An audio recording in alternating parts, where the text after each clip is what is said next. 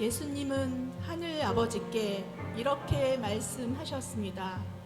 창세 이전에 내가 아버지와 함께 누렸던 그 영광으로 이제 아버지 앞에서 나를 영광스럽게 하소서. 그는 완벽한 하나님의 독생자요, 인류를 위한 사랑스럽고 순전하고 은혜로운 선물입니다.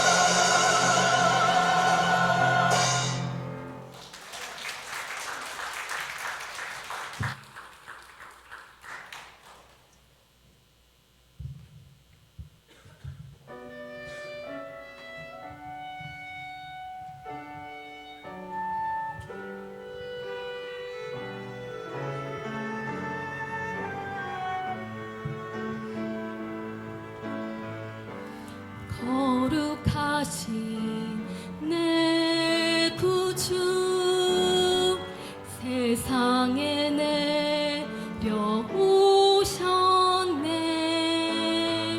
이 고요한 밤 구유에 평화롭게 잠드신 주.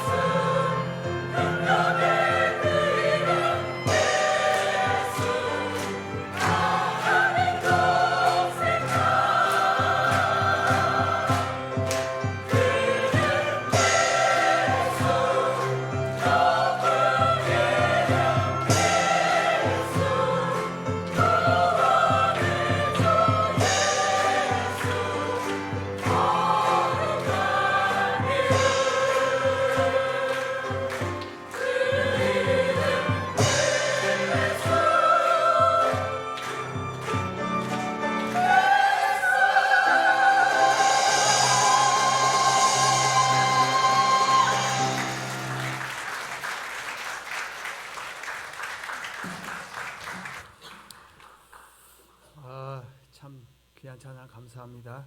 자, 먼저 우리 하나님 말씀 읽고 말씀 나누도록 하겠습니다. 오늘은 마태복음 1장 21절에서 23절입니다. 마태복음 1장 1쪽에 있죠.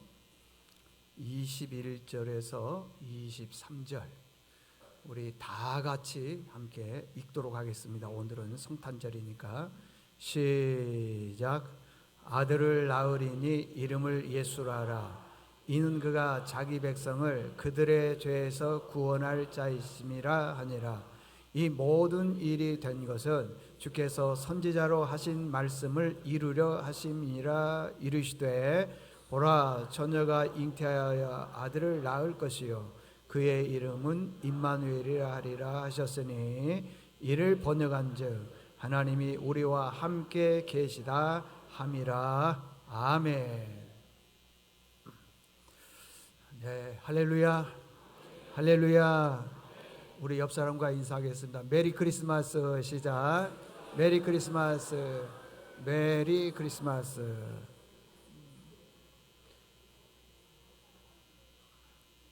오늘 우리 찬양대 찬양 잘했어요? 그러면 박수 한번 크게 쳐보세요.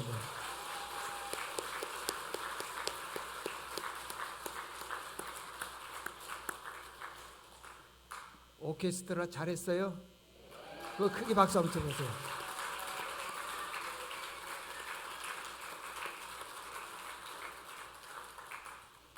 서희가 제일 좋아하네, 박수 치니까. 오늘은 예수님이 왜 이 땅에 오셨느냐, 예수님이 이 땅에 오신 이유라는 제목으로 말씀을 전하겠습니다. 여러분, 2000년 전에 예수님께서 이 땅에 오셨음을 믿습니까? 예수님께서 그러면 이 땅에 오신 목적이 뭐냐라는 거예요. 목적. 우리는요, 멸망받아서 영원히 죽을 수밖에 없습니다. 그런데 우리를 구원하시기 위해서 그 하늘의 높은 보좌를 버리시고 이 땅에 오셨어요. 예수님께서 이 땅에 오신 이유는 우리를 죄에서 구원하시기 위해서 오셨다는 것입니다. 창세기 17장 1절에 보면요, 하나님께서 자기 자신을 소개할 때 뭐라고 소개를 했냐 그러면은 나는 전능자라 그랬어요. 전능자. 이 전능자라는 말이 무슨 말씀이냐 그러면은 나는 능치 못할 일이 없다 그 말이에요. 이 전능이라고 하는 것은 엘 샤다이 이렇게 히브리어로 말하고 있는데 무슨 뜻이냐 그러면은 우리 컵에 물이 있으면은 이게 계속 쏟으면 이렇게 넘치잖아요. 꽉 차잖아요. 그래서 넘친다, 꽉 찬다. 하나님은 어떤 하나님이냐? 넘치신 하나님이시라는 거예요. 꽉 차신 하나님이시라는 거예요. 그걸 엘 샤다이, 전능하신 하나님, 그렇게 말씀하고 있습니다. 여러분, 우리는 다 부족해요. 다 약합니다. 그래서요, 지혜도 부족하고 성격도 그렇게 썩 좋지도 않고, 말을 할 때 위로한다고 말을 했는데 상처받은 말을 주는 경우도 꽤나 있습니다. 여러분들, 우리는 물질도 부족하고요, 건강하지도 못하고 다 부족해요. 그런데 하나님은 어떠냐? 넘치신 하나님이시라는 것이에요. 제가 지난번에 말씀드렸지만요, 엘리사벳이 90세에 아이를 낳는 것 그거 불가능합니다. 처녀가 잉태하는 것 불가능합니다. 아브라함이 99세에 아들을 낳는 것 그거 불가능합니다. 그런데 우리가 믿는 하나님은 그런 불가능한 일을 하시는 하나님이신 줄로 믿습니다. 여러분, 요셉은요 대단한 사람입니다. 그 마리아의 약혼녀 요셉을 말하는 거예요. 마리아의 약혼녀 요셉을 말하는데 약혼을 했습니다. 그리고 뭐 하룻밤도 자지도 않고 그랬는데 이 약혼녀 마리아가 임신을 한 거죠. 근데 그 얘기를 들었습니다. 배는 점점 불러오죠.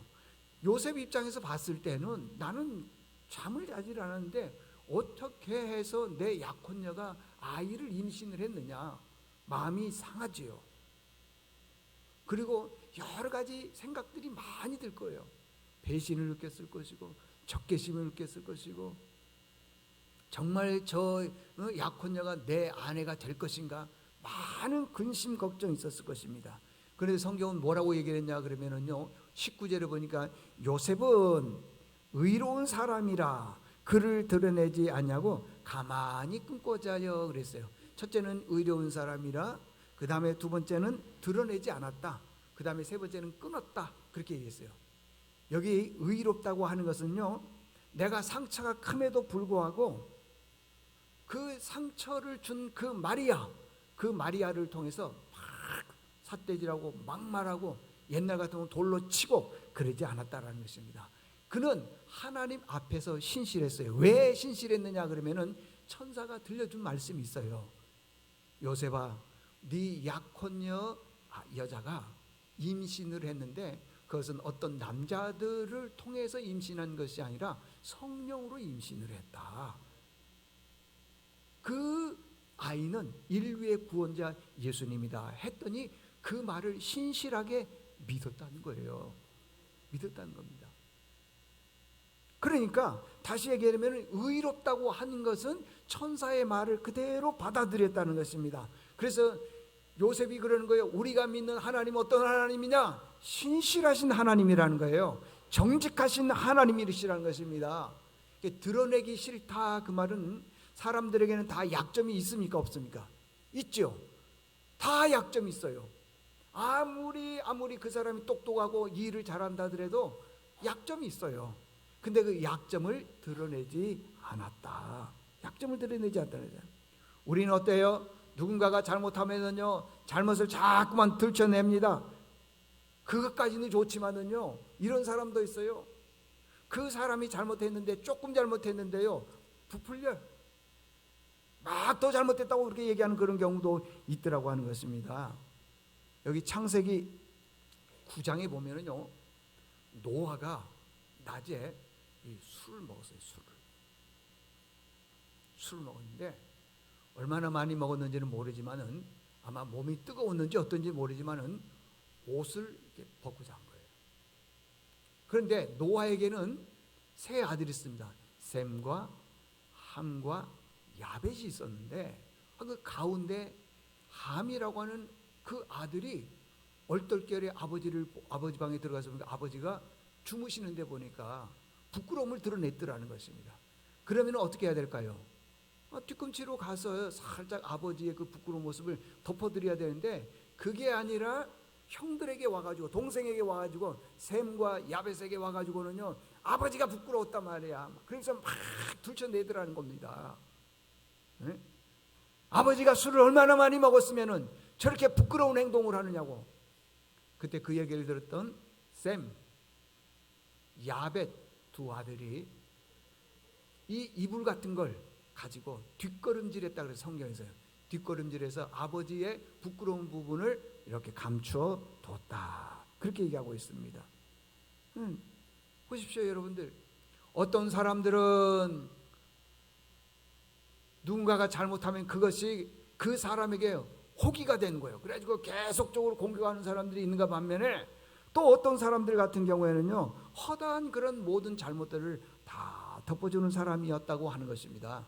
베드로전서 4장 8절에 보니까요 뭐라고 얘기를 했냐 그러면 사랑은 뭐냐?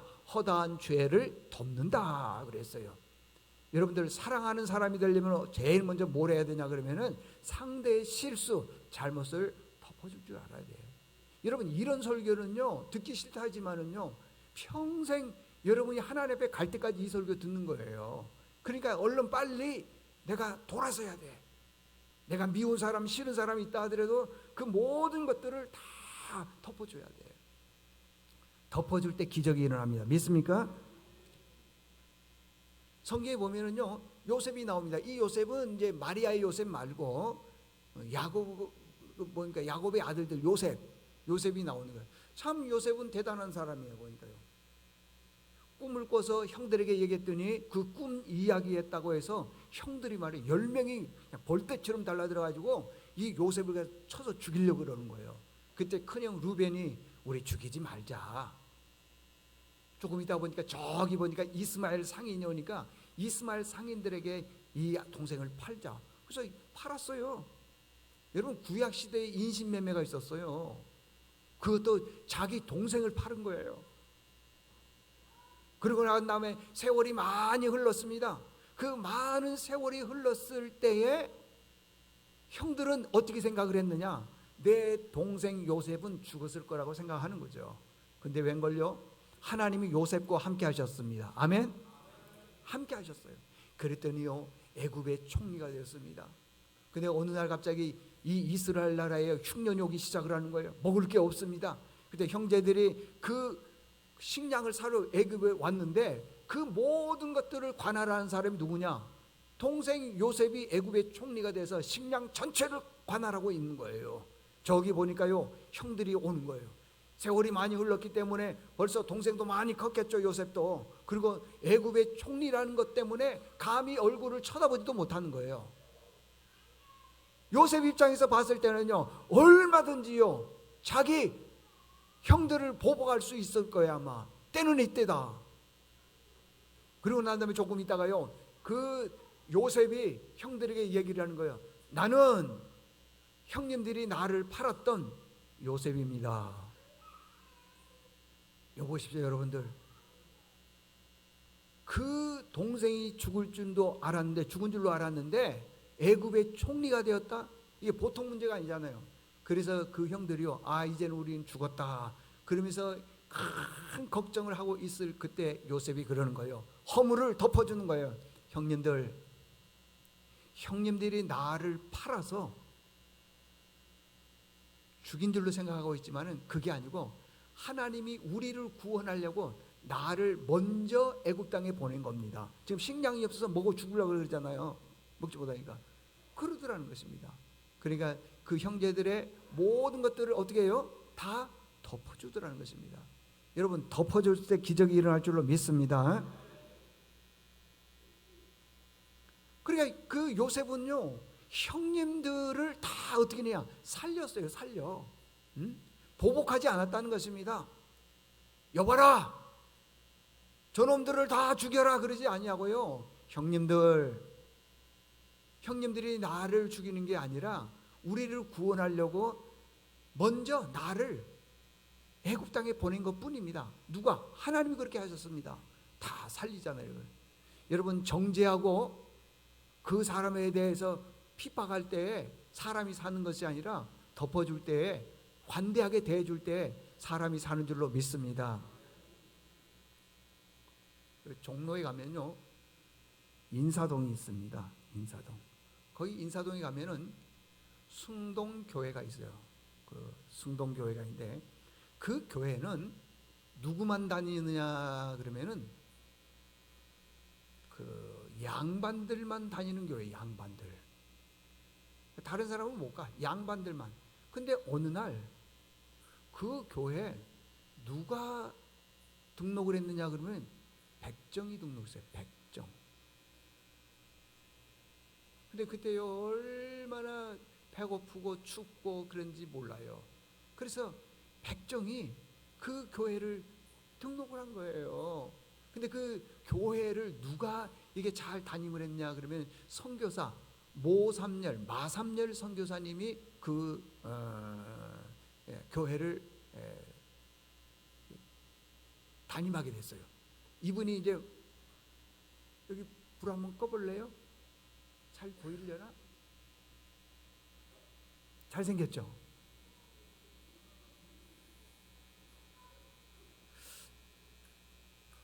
이분이 거기에서 이제 하는데 어느 날 보니까요, 백정이 한 사람이 길거리에서 쓰러졌어요.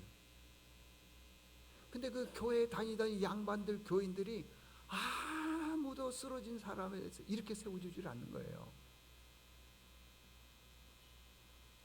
교회만 다녔을 뿐이지 참 이웃을 사랑할 줄 모르는 사람이죠. 그런데 이 모삼열 선교사님이 알고 그 사람을 병원에 데려가서 치료해주고 깨끗하게 낫게 해줬어요. 그래서 이 사람이 자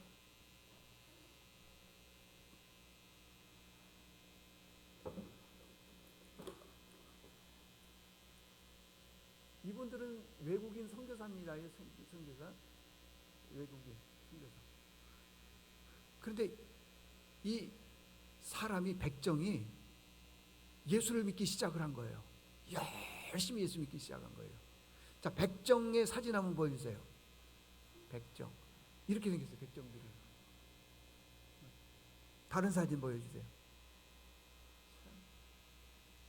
우리나라 조선시대 때는요, 백정이 제일, 우리나라도 골품 제도가 있었잖아요. 맨 아래예요. 그게 양반들이 백정이 예수를 믿으니까 같이 대화를 안 하는 거죠. 여러분, 우리나라의 그 양반들은 당시에요 10%밖에 안 돼요. 20%밖에 안 돼요. 나머지는 다 천민들이었어요. 양반들이 가면은요 다 고개 숙일 정도로 그때는 굉장히 차별이 심했습니다. 그 백정이 교회를 왔으니 상대를 하겠어요? 근데 그 선교사님이 쓰러져 있는 사람을 치료해서 줬다 그랬잖아요. 그래서 여기 숭동 교회에 등록해서 교회를 다니기 시작을 한 거예요. 얼마나 열심히 다니는지. 근데 어느 날요 몇 년 있다가 교회에서 장로 선거를 하게 된 거예요. 교회에서 장로 선거를 하는데 이 사람이 얼마나 열심히 신앙생활을 했던지 장로 선거에 백정이 장로가 되어버린 거예요. 백정이. 양반들은 안 되고 백정이 장로가 된 거예요. 그러기 전에 이 모삼열 선교사님이 그 백정의 이름을, 당시에는 이름도 없어, 백정은 이름도 없었는데 이름을 붙여줬어요. 박성춘. 박성춘이라고는 이름을 붙여준 거예요. 그래서 교회에서 이제 장로 선거를 했는데 보니까 이 박성춘 씨가 장로가 된 거예요. 근데 이 양반들이요, 백정이 장로가 됐다고 해서 기분 나빠가지고 양반들이 다 나가버렸어, 한꺼번에. 그리고 자기네들끼리 교회를 세운 거예요. 그러니까 양반들은 잘났어요, 못 났어요? 잘났죠. 그러니까 잘난 사람들끼리 교회를 세워가지고 하니까 맨날 잘난 거 싸우는 거야. 그냥 여기서 부딪히고 저기서 부딪히고 맨날 교회가 싸우는 거예요. 그런데 어느 날 그 교회가 불이 났어요. 그래서 교회가 다 타버렸네. 그래서 이게 하나님 뜻이 아닌가 보다. 그리고 나갔던 양반들이 다 돌아왔어. 다 돌아왔어. 그래서 한 교회에서 같이 신앙생활하고 있는데 박성춘 씨가 얼마나 신앙생활을 잘하든지요. 신부는 백정이고 신부는 양반인데 교회 안에서 보니까요, 이게 너무 다른 거예요. 그랬더니 교회 안에서 한 사람씩 변화되기 시작을 하는데 양반들이 이 백정 장로님한테 먼저 인사를 하더라는 거예요. 그렇게 변하더라는 겁니다. 그렇게. 자, 박성춘 씨가 결혼해서 자녀를 낳았어요. 근데 그 자녀가 점점 성장하는데 보니까 얼마나 아버지의 뒤를 닮아서 신앙생활을 잘하는지 몰라요. 참 신앙생활을 잘합니다. 나중에 물어봤더니요, 우리 아버지가 큰 병에 걸려서 죽을 뻔했는데 선교사님이 살려주셔서 우리 아버지가 살아났다. 그 얘기를 듣고 난 다음에 이분이 내가 열심히 공부해서 내가 의사가 돼야 되겠다 해서 외국에 가서, 미국에 가서 열심히 공부해서 의사가 됐어요. 아까 그 사진 다시 한번 보여주세요. 아까 그 사진. 아니, 그 사진 말고 이 사진. 여기 다 이분들이 이제 미국 의사예요. 근데 요 가운데 있는 분 있죠? 요 분이 박성춘 씨 아들, 이름이 뭐냐? 박서양. 서양에서는 정말이에요. 박서양. 여러분, 이 박서양 씨가요, 우리나라의 최초의 의사 1호예요. 1호. 우리나라의 최초의 의사 이름이 누구라고요? 동양 아니에요. 서양. 박서양. 이 사람이 의사가 되고 나서 자기 아버지를 살렸던 그 선교사님을 생각하면서 모든 환자들을요, 최선을 다해서 진료를 해주는 거예요. 최선을 다해서. 그래서 사람들을 살리기 시작을 하는 거예요. 살리기 시작. 그 사람에게만 가기만 하면은요, 웬만한 질병들은 다 낫는 거예요. 그냥 다 낫는 거예요. 자기 아버지가 쓰러진 이유는 뭐냐 그러면 그때 당시 콜레라, 장티푸스 이게 막 발병해가지고 수많은 사람들이 죽어나가는데 아버지도 장티푸스에 걸렸어요. 근데 그 마삼열 선교사님이 병원에 가서 치료를 해주니까 나았는데 그런 식으로 해서 많은 사람들을 살리시더라는 거예요. 여러분, 예수님이 이 땅에 오신 이유가 뭔 줄 아세요? 죽어가는 영혼을 뭐 하기 위해서요? 살리기 위해서 오셔서 살리기 위해서요. 이게 성탄절이라는 것입니다. 제가 옛날에 한번 그런 얘기를 했어요. 권세 중에 최고의 권세가 무슨 권세냐 그랬더니 사망 권세라 그랬어요. 사망 권세. 근데 여러분들 사망 권세보다 더 큰 권세가 있어요. 무슨 권세인 줄 아죠? 생명의 권세예요. 자 보세요. 사망 권세 이기시고 그랬잖아요. 이기시고 그랬잖아요, 여러분들. 응? 그러니까 사망 권세라는 것은 무슨 말이냐 그러면은 사람은 다 죽는다는 거예요. 다 죽지만은 근데 그 사망 권세까지 이기시는 권세가 있는데 생명의 권세라는 거예요. 생명의. 우리는 죽으면은 우리의 몸은 땅 속에서 흙으로 가지만은 우리 영혼은 살잖아요, 여러분들. 사망 권세라고 하는 것입니다. 구원이 뭐냐? 죽어가는 영혼을 살리는 것이죠. 2000년 전에 예수님께서 이 땅에 오셔서 죽어가는 영혼들을 위해서 대신 십자가에서 죽으셨고 우리를 살리신 것이에요. 그래서 2000년 전에 오신 그 날이 무슨 날이냐? 성탄절이라는 거예요, 여러분들. 그분만이 우리의 구원인 줄로 믿습니다. 그분이 우리의 반석이에요. 그분이 우리의 소망인 것입니다. 권세 중에 최고의 권세는 무슨 권세냐? 영생의 권세예요. 요한복음 1장 12절에 보니까 영접하는 자 곧 그 이름을 믿는 자들에게는 하나님의 자녀가 되는 권세를 주셨으니. 보세요.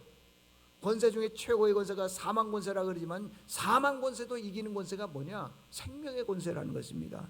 13절 이는 혈통으로나 육정으로는 사람의 뜻으로 나지 아니하고 오직 하나님께로부터 난 자들이니라 그랬어요, 여러분들. 여러분, 성탄절은요 세상 사람들이 얘기하는 지금 뭐 이제 예배 끝나면 들러 갈래요? 산으로 갈래요? 그게 성탄절이 아니라니까요. 성탄절은 죄인 된 우리를 구원하시기 위해서 2000년 전에 우리를 구원하시기 위해 예수님이 오신 날이에요. 자, 결론입니다. 예수님이 이 땅에 오신 목적이 뭐냐?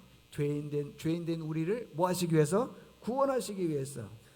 여러분, 우리는 그분을 믿기만 하면 구원받는 줄로 믿습니다. 죄사함을 받은 줄로 믿습니다. 하나님의 자녀가 되는 권세인 줄로 믿습니다. 천국 백성 되는 권세인 줄로 믿습니다. 그 은혜가 여기 계신 모든 분들에게 있기를 축원합니다. 하나님 아버지 감사합니다. 오늘 성탄절을 맞이해서 저희들이 하나님 앞에 함께 예배했습니다. 주님, 우리 어린아이들 참 예배를 잘 드렸습니다. 예수님이 이 땅에 오신 이유가 우리를 구원하기 위해서 오셨습니다. 그 주님을 우리가 영접할 수 있도록 도와주시옵소서. 예수님의 이름으로 기도드리옵나이다. 아멘.